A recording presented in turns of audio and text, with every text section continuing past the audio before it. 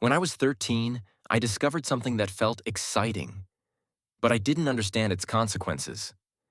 Back then, it was just about curiosity, about the rush of dopamine.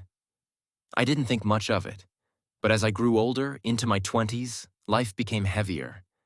Anxiety about the future, pressure from responsibilities, and I started using it as an escape from reality, even if just for a moment. I almost did it every single day. And here's the truth. My heart didn't want to, but my mind convinced me because I lacked self-control. I told myself, just one last time, but it was never the last. The worst part? After every time, my mind felt empty. That instant relief was followed by guilt, regret, and self-hate.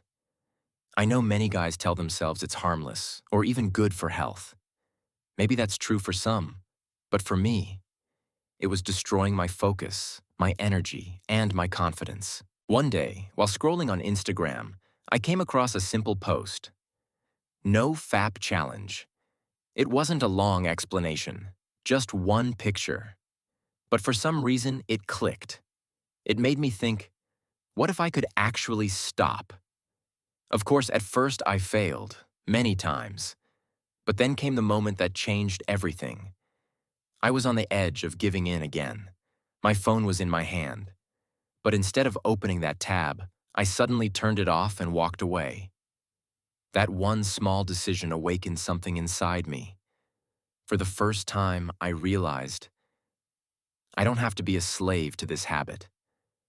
From that day forward, I started taking small steps. I stopped following female celebrities on Instagram to avoid triggers. I stayed busy so my mind wouldn't wander.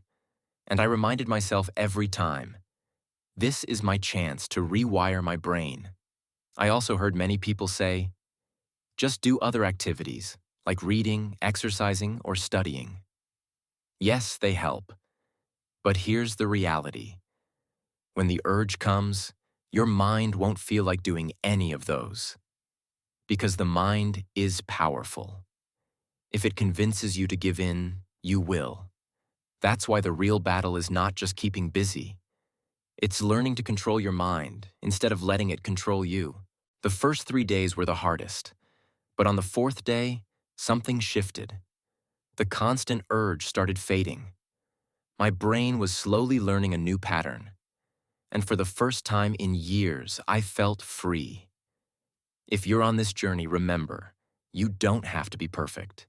You just need to win one small battle at a time. Turn off the phone, walk away, rewrite your brain. This is my story.